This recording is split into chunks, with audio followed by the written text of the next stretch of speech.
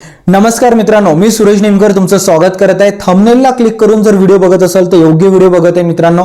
मला माहिती आहे तुमचा वेळ खूप जास्त महत्त्वाचा आहे, मी जास्त वेळ घेणार नाही, पण काही कन्सेप्ट्स आहे जे क्लिअर करणं खूप जास्त महत्त्वाचं आहे, कारण कमेंट्समध्ये एवढ्या गोष्टी विचारल्या जात आहे आणि त्याच्यातली एका कमेंट्सनी मला भाग पाडला हा व्हिडिओ बनवायला। ती कमेंट आहे, कोणती ब्रँचला स्कोप आहे सर जास्त? जी ब्रँच तुम्ही घेणार त्या ब्रँचला स्कोप आहे जास्त। As simple as that. जे ब्रँच किंवा जे करिअर आपण करू त्याला स्कोप आला पाहिजे ना। अहो कोणी विचार केला तर काय चाय बनवून कोणी प्राईम मिनिस्टर बनाल, चाय बनवून कोणी बिल गेट्सला भेटन, कोणी इमॅजिन नाही केलं होतं।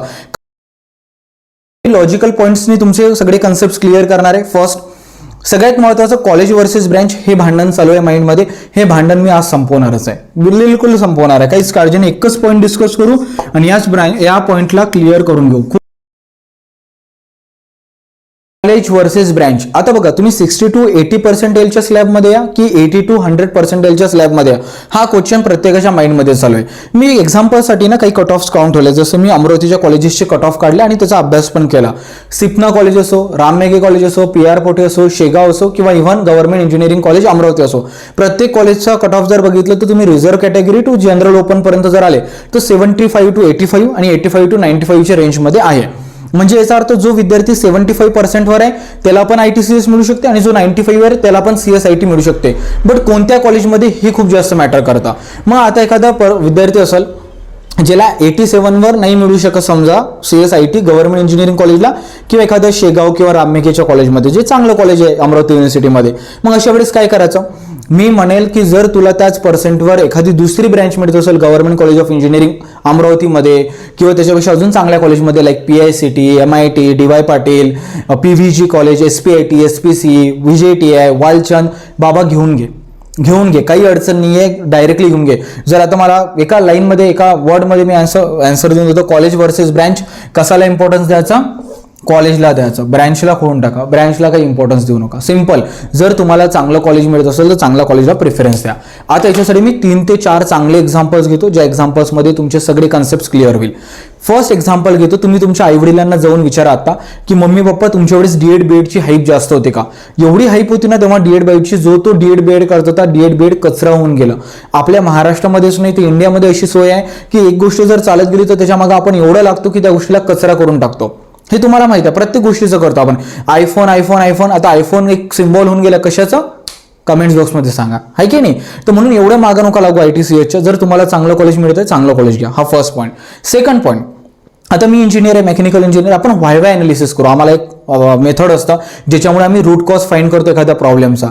का बरं ITCS ब्रँच पाहिजे? मला इंटरेस्ट आहे, बट ॲज अ इंटरेस्ट आहे, कोडिंग प्रोग्रामिंग करून पाहिलं का? कोणत्याही गोष्टीवर 100 आवर्स स्पेंड केल्याशिवाय समजत नाही इंटरेस्ट आहे की नाही। कायचं 1 मिनिट स्पेंड नाही केला असेल, तो रिझन नाही। व्हाय सर ते जॉब मिळते, ओके। व्हाय सर चांगल्या पॅकेजचा जॉब मिळते। अजून व्हाय सर चांगली लाईफस्टाईल राहते, कॉर्पोरेटमध्ये एकदम AC मध्ये बसून वगैरे काम करायचे, सुंदर सुंदर दृश्य राहतात सर, ओके, व्हेरी गुड बेटा। व्हाय जॉबच आहे ना। रूट कॉज काय? जॉब, प्लेसमेंट, स्टॅबिलिटी किंवा जे लाईफ स्टँडर्ड्स आहे ते चांगलं आहे, बाकी काही रिझन नाही ना, म्हणजे जॉब आहे। मग मित्रा, तुला जर कोअर ब्रँचेसमधून किंवा अदर दॅन ITCS मधून जर तू केलं इंजिनिअरिंग तर तुला जॉब नाही मिळणार का? ऑफकोर्स मिळणार आहे जॉब। जर समजा तू mechanical, civil, electrical, electronics, production, automobile, AI, ML, mechatronics कोणत्या ब्रँचमधला असला तर बाबा तू ITCSच्या प्लेसमेंटला बसू शकतो ना, काऊन नाही बसू शकत? मी स्वतः CRT ट्रेनिंग अटेंड केलंय, कॅम्पस रिक्रुटमेंट ट्रेनिंग असतं बाई, तो पण ITCS वाला पण तेच बसून C लँग्वेज किंवा जे लँग्वेज शिकवले जाते, जावा वगैरे कोडिंग ते शिकत आहे, तुम्ही पण बसून शिकत आहे। याचा अर्थ असं नाही की तुम्ही 4 वर्ष जे शिकले ते वाया गेलं। 4 वर्ष जे तुम्हाला शिकवलं जातं ते प्रॉब्लेम सॉल्व्हिंग स्किल शिकवलं जातं। ॲज अ इंजिनियर तुमच्याकडे ते असलं तर तुम्ही कोणत्याही फील्डमध्ये जाऊन काम करू शकता।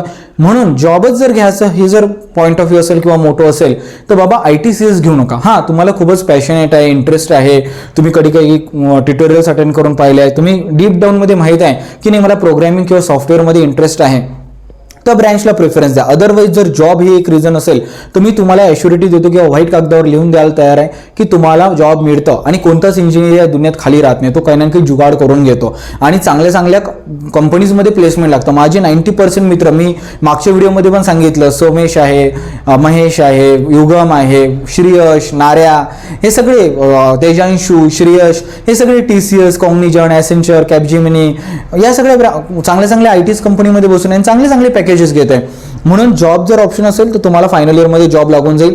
कारण असे एक अजून मी तुम्हाला ऑथेंटिक रिझन देतो. इथे तुम्हाला एक स्क्रीनशॉट दिसत असेल, हे डॉक्टर निकू खालसा सर आहे, TNP हेड आहे. यांच्यासोबत माझं एक पॉडकास्ट शूट केलं होतं, तेव्हा मी यांना पर्सनल लेवलवर पण काही क्वेश्चन्स विचारले होते. इव्हन पॉडकास्टमध्ये पण आम्ही डिस्कस केलं. तर त्यांनी मला क्लिअरली म्हटलं आहे, इररेस्पेक्टिव्ह of any branch, if you have a command on any language, any coding language, तुम्हाला जॉब आहे. कोअर सेक्टरमध्ये तर आहेच, पण इव्हन ITCS मध्ये पण आहे आणि हे कंपल्सरी आहे. आता तुम्ही सिव्हिलला जा, इलेक्ट्रिकलला जा, मेकॅनिकलला जा, तुम्हाला लँग्वेजवर कमांड घेणं आलंच. तर लक्षात आलं, जॉब जर असेल तर ब्रँचला इम्पॉर्टन्स नका देऊ. डीप डाऊन जर इंटरेस्ट असेल तर मग ब्रँचला इम्पॉर्टन्स द्या. थर्ड, सगळ्यात महत्त्वाचं लक्षात घ्या, ITCS वाल्याला कुठे जॉब लागेल? एक तर IT रिलेटेड सर्व्हिस इंडस्ट्रीजमध्ये, मेजरली थोडं सेल्फ एम्प्लॉईड करून थोडं स्टार्टअप वाटअपमध्ये जाऊ शकतो. थर्ड, जास्त असतं थोडाफार गव्हर्नमेंट जॉब्स असतात तिकडे. पण जर तुमच्याकडे कोअर ब्रँचेस असेल तर कुठे कुठे फायदा आहे? ITCS मध्ये जाता येते, स्विच करता येते, फर्स्ट पॉईंट. पण तो नाही स्विच करू शकत. ITCS वाला मेकॅनिकलमध्ये किंवा सिव्हिलमध्ये नाही येऊ शकत बरं, पण सिव्हिल किंवा मेकॅनिकलवाला त्यांच्या ब्रँचमध्ये जाऊ शकते. म्हणजे आपल्याकडे स्विचिंगचं बटन आहे, first point. Second point, civil, electrical, mechanical ह्या ज्या कोअर ब्रँचेस आहे, ENTC वगैरे, यांच्याकडे गव्हर्नमेंट जॉबचं ऑप्शन खूप छान आहे. तुम्ही गव्हर्नमेंट जॉबसाठी अप्लाय करू शकता. PWD, SSC, JEE, MPC, UPCच्या जागा निघतात, ESCच्या जागा असतात, गेटच्या जागावर जागा निघतात. हे एक ऑप्शन आहे. थर्ड, द मोस्ट इम्पॉर्टंट, तुम्ही तुमच्या डिग्रीच्या बेसिसवर लायसन काढू शकता. इलेक्ट्रिकल इंजिनियर, इलेक्ट्रिकल कॉन्ट्रॅक्टरशिपचं काढू शकतो, सिव्हिल कॉन्ट्रॅक्टर बनू शकतो. या पण ऑप्शन्स आहे. म्हणजे तुम्ही सेल्फ एम्प्लॉईड पण होऊ शकता. आणि फोर्थ, द मोस्ट इम्पॉर्टंट गोष्ट, तुम्हाला तुमचं कोअर सेक्टर पण ओपन आहे ना. आज सिव्हिलला बघा किती इंडियामध्ये कन्स्ट्रक्शन आहे. तुम्ही तुमच्या गल्लीत जाऊन बघा, प्रत्येक ठिकाणी बांधकाम आहे. माझ्या घराच्या बाजूने बांधकाम आहे, या साईडनी बांधकाम आहे. प्रत्येक ठिकाणी कुठे ना कुठे कन्स्ट्रक्शन चालू आहे. जर तुम्ही मेकॅनिकल, इलेक्ट्रिकलचं बघणार, इलेक्ट्रिकलचं तर काम वाढतच चाललेलं आहे, काही प्रॉब्लेमच नाही. प्रत्येक ठिकाणी इलेक्ट्रिसिटी पाहिजे. तर या कोअर ब्रँचेस आहे ना, एव्हरग्रीन ब्रँचेस म्हटल्या जाते. तर या सगळ्या गोष्टीमुळे मला असं वाटते, जर तुम्हाला चांगल्या कॉलेजमध्ये जर ब्रँच मिळत असेल आणि तुम्ही ITCS कॉम्प्रोमाइज करत असेल तर वर्थ इट आहे. आणि अजून एक पॉईंट आहे, जोपर्यंत मला माहिती आहे की तुम्ही फर्स्ट इयर नंतर ब्रँच पण चेंज करू शकता. जर तुमच्या दम असेल तर फर्स्ट सेकंड सेममध्ये चांगलं स्कोर करून ब्रँच चेंज करण्यासाठी पण अप्लाय करू शकता. It's depends on you. तर बेसिकली या डिबेटमध्ये जर बघायला गेलं तर जर तुम्हाला चांगलं कॉलेज मिळत आहे आणि ब्रँच कॉम्प्रोमाइज करावं लागत आहे तर करा. कारण ॲट एंड गोल आपला जॉब आहे आणि जॉब मिळून जाणार आहे. कारण तुम्ही इंजिनिअरिंग करताय आणि इंजिनियर माणूस खाली राहत नाही. हां, डीप डाऊनमध्ये जर तुम्हाला इंटरेस्ट आहे, नाही मी सॉफ्टवेअरच इंजिनियर बनणार आहे, आता जेवण तर तुपाशी नाही तर उपाशी, तर मग भाई तू कॉलेज कॉम्प्रोमाइज कर. टायर 3, टायर 2 कॉलेज घे, काही अडचण नाही. तू स्किलच्या बेसिसवर जॉब घेऊन घेशील. आणि अजून इथे एक पॉईंट मी कव्हर करू इच्छितो. बघा, एक रेस आहे, एक एक्झाम्पल शेवटचं घेऊन घेतो. एक रेस आहे जिथे 100 लोक पार्टिसिपेट करत आहे आणि एक रेस आहे जिथे 10 लोक पार्टिसिपेट करत आहे. इथे पण 3 नंबर काढले जाईल आणि इथे पण 3 नंबर काढले जाईल. कुठे जिंकण्याचे चान्सेस आहे? ऑफकोर्स 10 जिथे लोक पार्टिसिपेट करतात ना तिथे चान्सेस आहे. तर ही गोष्ट तुम्ही समजा. आता जे लोक लागलेले आहे मागा ITCSच्या, तो 85 वाला पण लागला आहे, 95 वाला पण लागला आहे, 98 वाला पण लागला आहे, 75 वाला पण लागला आहे. सगळेजण इकडे धावत आहे. त्या धावण्यामध्ये जर तुम्ही थोडंसं चांगली ब्रँच सिलेक्ट केली कोअरमध्ये तर तुमचं कॉम्पिटिशन इव्हन पुढे चालून 4 वर्षांनी गव्हर्नमेंट एक्झाम्समध्ये पण ड्रॉप होण्याचे चान्सेस जास्त आहे. कारण तुमच्यासोबत मोर ऑर लेस ॲव्हरेज पर्सेंटाईलवाले स्टुडंट्स आहे. कारण मी काही कॉलेजचा कट ऑफ बघितला आहे, सिव्हिल, इलेक्ट्रिकल, मेकॅनिकलचं चांगलं कॉलेज असून सुद्धा आपण 70-75% एक कॉलेजचं बघितलं ज्याचा कट ऑफ 1.18% आहे सिव्हिलचा. तर लिटरली मग तुमचा फायदा कुठे होईल? तुम्ही कॉम्पिटेटिव्ह एक्झाम्समध्ये तुम्हाला कॉम्पिटिशन्सच नाही मिळणार. तर हे सगळे बेनिफिट्स आहे. थोडं मी रॅन्डम टॉक केलेली आहे, बट तुम्हाला मी माझ्या ज्युनियरसारखं, लहान बिनभावांसारखं गाईड करण्याचा प्रयत्न केला. आय होप या व्हिडिओला तुम्ही जे असं शेअर करणार, लाईक करणार. काही कन्फ्युजन असेल तर कमेंट्स बॉक्समध्ये विचारा आणि चॅनलला मित्रांनो सबस्क्राईब करणं विसरू नका. Thank you so much.